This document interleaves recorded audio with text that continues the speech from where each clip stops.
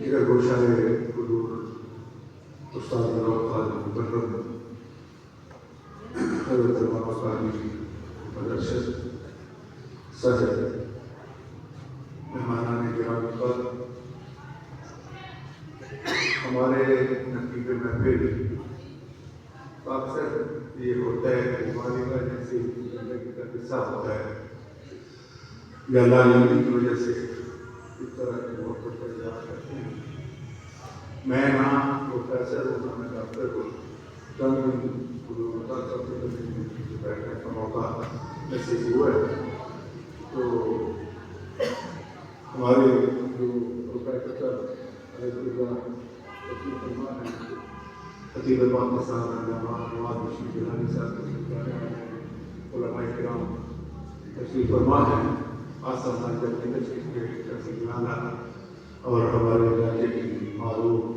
متحرک شخصیت علامہ نصیر گیلانی صاحب، محترم قاری اعجاز صاحب، دیگر علماء کرام اور مہمانان گرامی تشریف فرما ہیں. ہمارے استاد گرامی کا یہ سالانہ ارتباط کی یہ تقریب مقدس جس میں میں اور سب حاضر ہیں. استاد صاحب نے ساری زندگی قرآن پاک کی خدمت کی ہے. ساری زندگی ہماری نسل کو سنوارا ہے اور رسول پاک صلی اللہ علیہ وسلم کی ہر نسبت کے ادب کا درس دیا ہے. یہ استاد ساری زندگی کا معمول ہے. یہ سانتر والے بھی، دیگر چلی والے بھی، ہاتھی والا اور کوچی کوہالے والے بھی کہ استاد صاحب نے ساری زندگی ایک ہی سبق پڑھایا ہے کہ آقا کریم صلی اللہ علیہ وسلم کے ساتھ تعلق وہ مدینہ پاک کا ہو، وہ قرآن پاک کا ہو، وہ سرکار صلی اللہ علیہ وسلم کے صحابہ کرام کا ہو، وہ سرکار کی اہل بیت کا ہو، یا حضور کی امت کے اولیاء کرام کا ہو، اولیاء اللہ کا ہو. سب کا ادب بھی ہماری کامیابی اور ہمارے نام کا حصہ ہے. کی آواز چکے کہ سبحان اللہ. اور جو بندہ ساری زندگی اس پاک مشن پر اپنے شب و روز بسر کرتا ہے، اللہ تعالی اسے زندگی میں بھی عزت و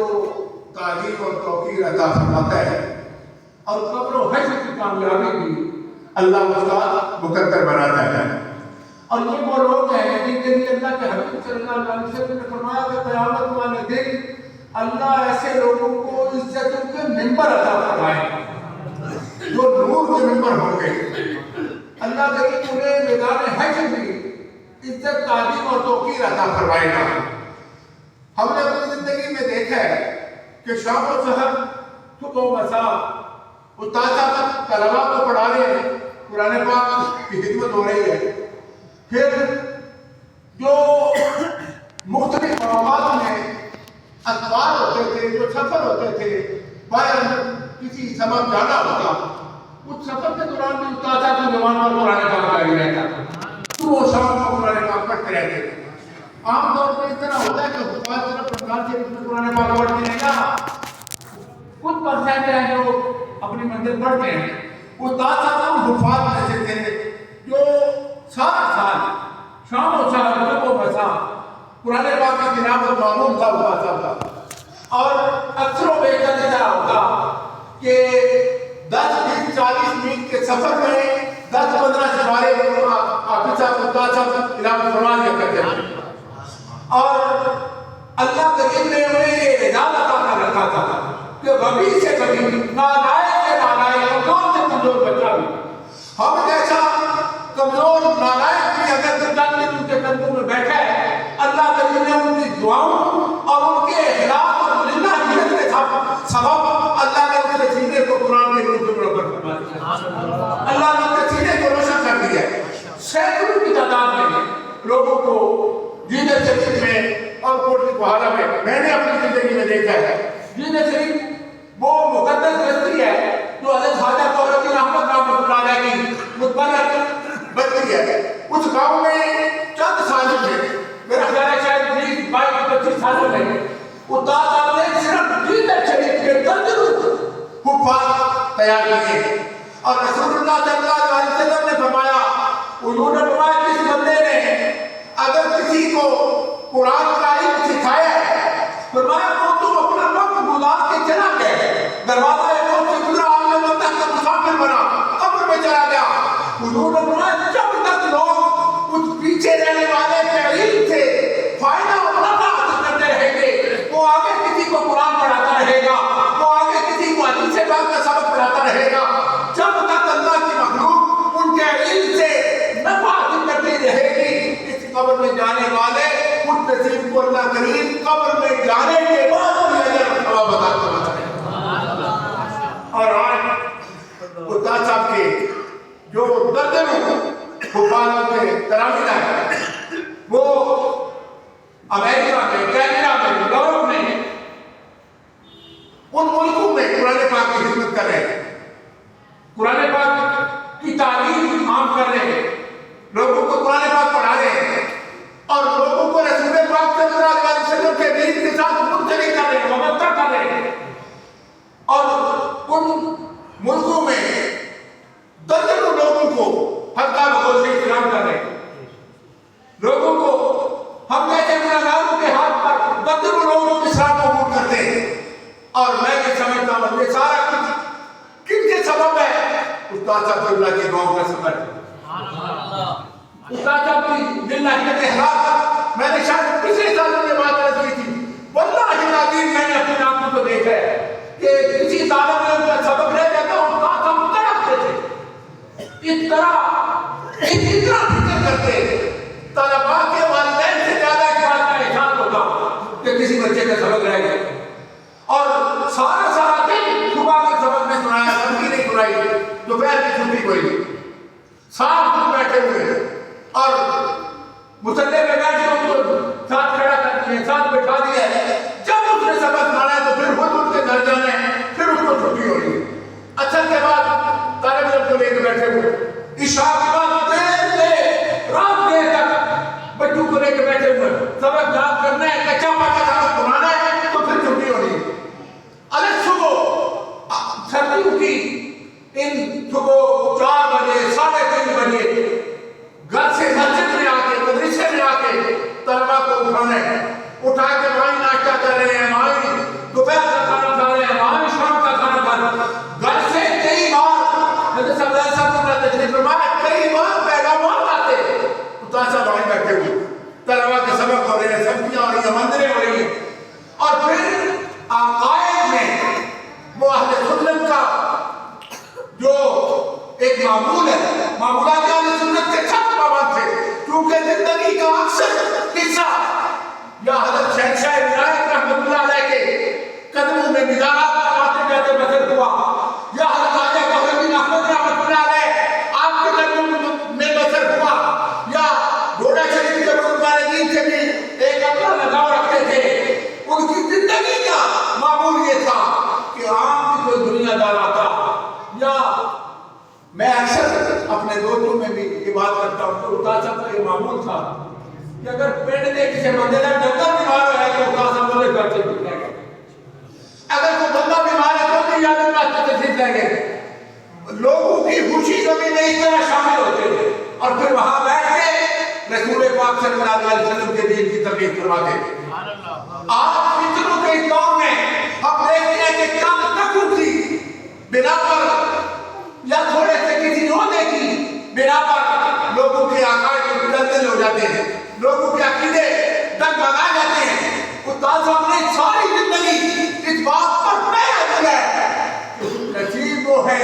جو رسول پاک صلی اللہ علیہ وسلم کی محبت کو, حضور کے چہرے پاک کی محبت کو, حضور کی آل پاک کی محبت کو, حضور کے صحابہ پاک کی محبت کو اپنے سینے میں لے کے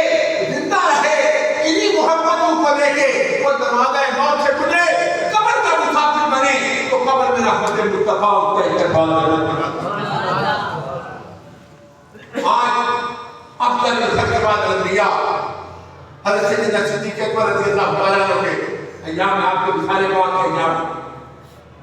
حضرت سیدنا صدیق اکبر رضی اللہ تعالیٰ عنہ وہ جنہوں نے ساری زندگی اپنی دولت کو, اپنے وطن کو, اپنی اولاد کو, اپنے قبیلے کو، اپنے کنبے کو، ہر چیز کو، اپنی جان کو بھی نام محمد پر قربان اور نثار فرما دیا۔ اور آقا کریم صلی اللہ علیہ وسلم نے انہیں یہ اعلان عطا کیا کہ حضور نے صحابہ کی موجودگی میں ایک موقع پر فرمایا تھا، فرمایا کسی قوم کو یہ اچھائی بھی نہیں ہے، کسی کو یہ کچلا ہی نہیں ہے کہ ابو بکر کی موجودگی میں کوئی اور مسلح امامت پر آئے اور آپ ہمیں ابو بکر فلسفہ کے نام اپنا مسلح عطا کیا اور مسلح کی امامت سرکار کی تحت اعلان پاک کی 17 نمازوں کی امامت حضرت ابو بکر صدیق رضی اللہ عنہ نے فرمائی، اور آقا کریم صلی اللہ علیہ وسلم نے انہیں یہ شان اور یہ اعلان عطا کیا کہ حضور نے فرمایا کہ ابو بکر میرے گلزاروں میں بھی شامل ہے، ابو بکر میری سوات بھی ہے، ابو بکر میری بصارت بھی ہے۔ اور پھر آقا کریم صلی اللہ علیہ وسلم نے ان کی ہر ایک پر حضرت ابو بکر صدیق رضی اللہ تعالیٰ عنہ کی لہجے دیگر آپ کی صاحبزادی سیدہ طیبہ طاہرہ سیدہ عائشہ صدیقہ رضی اللہ تعالیٰ عنہ کو اپنے عقد مبارک میں قبول فرمایا۔ ام المومنین سیدہ عائشہ صدیقہ رضی اللہ تعالیٰ عنہ آپ فرماتی ہیں کہ میں نے بابا جان کی زندگی میں ایک چیز دیکھی ہے کہ جب آقا کریم صلی اللہ علیہ وسلم سے تعلق ہوا اس وقت سے لے کر میدان پرانوار میں جاتے ہوئے زندگی کا ایک ہی مشن تھا، اور وہ مشن آقا کریم صلی اللہ علیہ وسلم کی محبت کا مشن تھا، رسول پاک صلی اللہ علیہ وسلم کی ذات پاک سے وہ والہانہ عشق تھا جو عام طور پہ ہم لفظ سنتے ہیں کہ فنا فی رسول، اگر حقیقی طور پر فنا فی رسول کا لفظ کے کوئی مصداق ہے تو وہ حضرت سیدنا ابو بکر صدیق رضی اللہ عنہ، یہ جو سمجھے کہ مصداق اول ہے تو وہ حضرت سیدنا صدیق اکبر رضی اللہ عنہ، سیدنا صدیق اکبر رضی اللہ عنہ کو اللہ کریم نے یہ اعلان عطا کیا، وہ حضور کے صحابہ کی جماعت کے امام ہیں، اور لا تمسوا النار والنوانی اولا والنوانی یہ حضور کے ہر صحابی کی شان ہے، لیکن ان سارے صحابہ کی اگر جماعت کے امام ہیں تو وہ حضرت ابو بکر صدیق رضی اللہ عنہ، حضرت ابو بکر صدیق رضی اللہ عنہ وہ جو آقا کریم صلی اللہ علیہ وسلم کی سفر ہجرت کے ساتھی، حضور کے سفر ہجرت کے ساتھی ہیں، اور اللہ نے وہ اعلان عطا کیا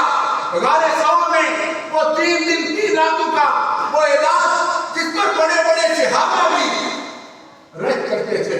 اور عرض کرتے تھے اے ابو بکر ہم سے ساری زندگی کی نیکیاں لے لیں اور غار ثور کی 3 راتوں میں سے ایک رات ہمیں بھی عطا فرما دیں، اور رسول پاک صلی اللہ علیہ وسلم نے ان کو یہ شان یہ مرتبہ یہ مقام عطا فرمایا۔ حضور نے فرمایا ایک وقت میں ایک بندہ ایک ہی دروازے سے جنت میں داخل ہو سکتا ہے، فرمایا نمازی ایک دروازے سے باب الصلاۃ سے داخل ہو کر جنت میں جائے گا، ایک روزے دار باب الصیام سے داخل ہو کر جنت میں جائے گا، ایک بندہ ایک وقت میں ایک ہی دروازے سے داخل ہو سکتا ہے، لیکن فرمایا میری امت میں ایک شخص ایسا بھی ہے کہ جو جنت میں داخل ہوا چاہے گا تو جنت کی 8 دروازے جنت کے دروازے ہی حائط کریں گے، یہ جنت دروازے کاش ہم سے گزرے، ایک دروازہ یہ کہے گا کہ کاش مجھ سے گزرے، دوسرا کہے گا کاش مجھ سے گزرے۔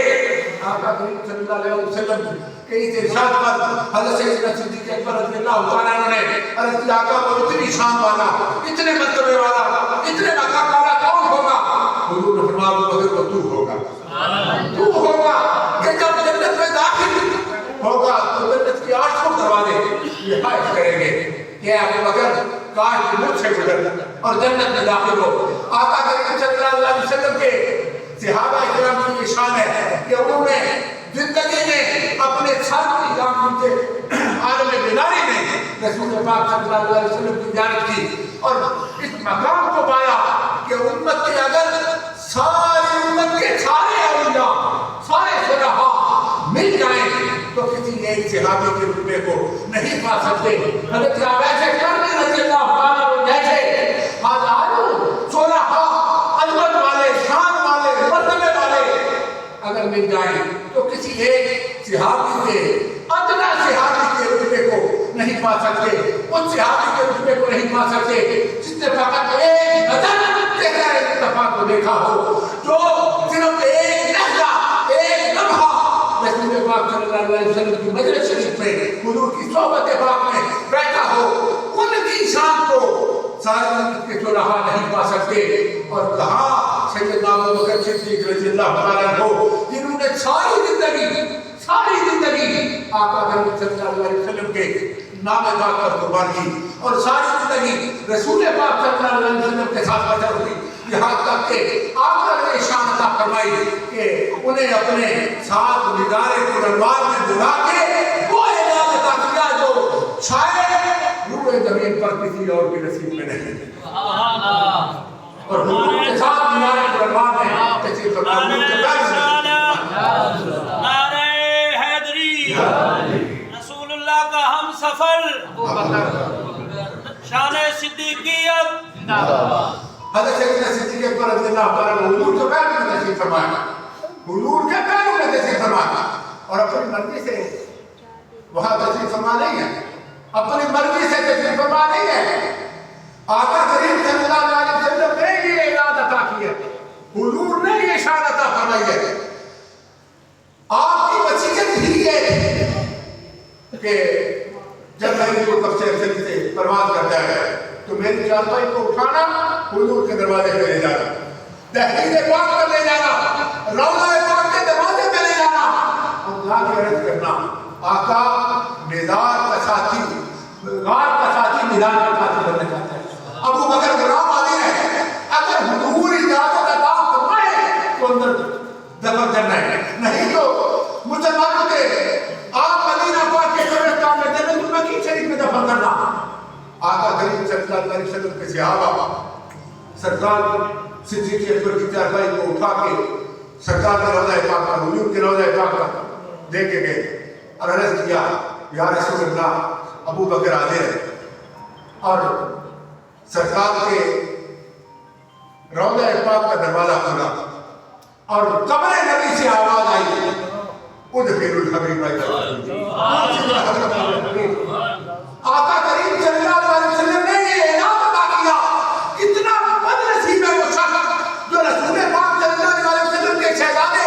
امام علی مقام سیدنا امام حسین رضی اللہ تعالیٰ عنہ، حضور کے شہزادے سیدنا امام حسن مصطفیٰ رضی اللہ تعالیٰ عنہ کے متعلق تو یہ عقیدہ رکھتا ہے کہ ان کے عزت کے بغیر، ان کی اجازت کے بغیر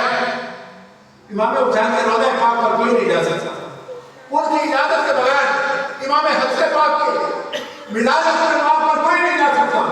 سیدہ طیبہ طاہرہ محبوبہ العالمین سیدہ زہرا پاک کی اجازت کے بغیر ان کے میدان قربان پر کوئی حاضری نہیں دے سکتا، سلام نہیں کر سکتا۔ تو مجھے یہ بتاؤ کہ سرکار کی منشا کے بغیر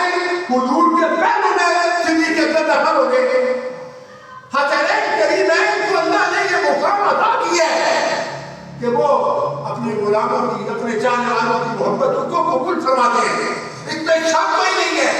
لیکن سرکار کی اہل بیت محبت کی آڑ میں حضور کے صحابہ پر تبرہ کرنا، دان کرنا، یہ کسی مسلمان کا شیوا نہیں ہو سکتا، مسلمان کا شیوا نہیں ہو سکتا۔ اللہ کے حبیب صلی اللہ علیہ وسلم نے اہل سنت کو یہ اعزاز عطا کیا ہے۔ علماء کرام تشریف فرمائے، اہل سنت کا یہ اعلان ہے۔ ہم چاہتے ہیں کہ جس کو بھی آقا کریم صلی اللہ علیہ وسلم سے نسبت حاصل ہے ان سے محبت کرنا اہل ایمان کی مجبوری ہے، ان کے ایمان کا حصہ ہے۔ اگر وہ محبت نہ کرے وہ اپنے ایمان میں کامل نہیں ہو سکتے۔ 1400 سال بعد کلمہ پڑھ کے اگر کوئی بندہ ان کے ایمان پر کام کرے جنہیں اللہ کے قرآن نے ایمان کا ماڈل بنایا ہے، ایمان کا نمونہ بنایا ہے، جن کے لیے وَإِذَا قِيلَ لَهُمْ آمِنُوا كَمَا آمَنَ النَّاسُ قرآن فرما رہا ہے، جن کے لیے وَالَّذِينَ اتَّبَعُوهُم بِإِحْسَانٍ اللہ کا قرآن ارشاد فرما رہا ہے۔ اور آقا کریم صلی اللہ علیہ وسلم نے فرمایا اللہ کریم نے پوری انسانیت کے دلوں میں سے جب ان دلوں کو دیکھا تو حضور نے فرمایا اللہ کریم نے میرے صحابہ کے دلوں کو میرے لیے پسند فرمایا ہے، میرے لیے اللہ نے پسند فرمایا ہے۔ اور آقا کریم صلی اللہ علیہ وسلم کے صحابہ تو حضور کی اہل بیت سے اس قدر محبت تیری مرتضیٰ کا اللہ کریم کے چہرہ پاک کو حضرت ابو بکر صدیق رضی اللہ تعالیٰ نے ٹکلی کی بات کے دیکھ رہے ہیں تو پوچھنے پر آپ نے فرمایا آقا کریم صلی اللہ علیہ وسلم نے فرمایا میرے علی کے چہرے کو دیکھنا عبادت ہے، میرے علی کے چہرے کو دیکھنا عبادت ہے۔ اہل بیت اطہار کی عظمت اور شان کی ساری روایات نعرہ تکبیر، نعرہ رسالت، خطیب پاکستان علامہ نواز بشیر جیلانی صاحب